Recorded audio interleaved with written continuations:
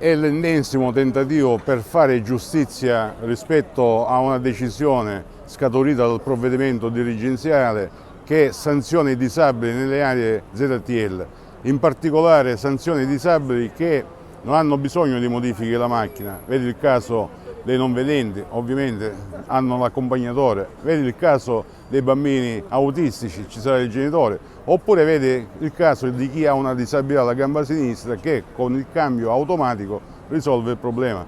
Ed è scritto anche nel libretto il cambio automatico e la patente viene presa in base alla B speciale, si chiama, proprio per queste caratteristiche date dalla Commissione provinciale, quindi è tutto in regola. Noi chiediamo l'immediata adesione al CUD, l'immediato annullamento di tutti i verbali in autotutela e il risarcimento dei verbali che le persone disabili hanno pagato ingiustamente, illegittimamente.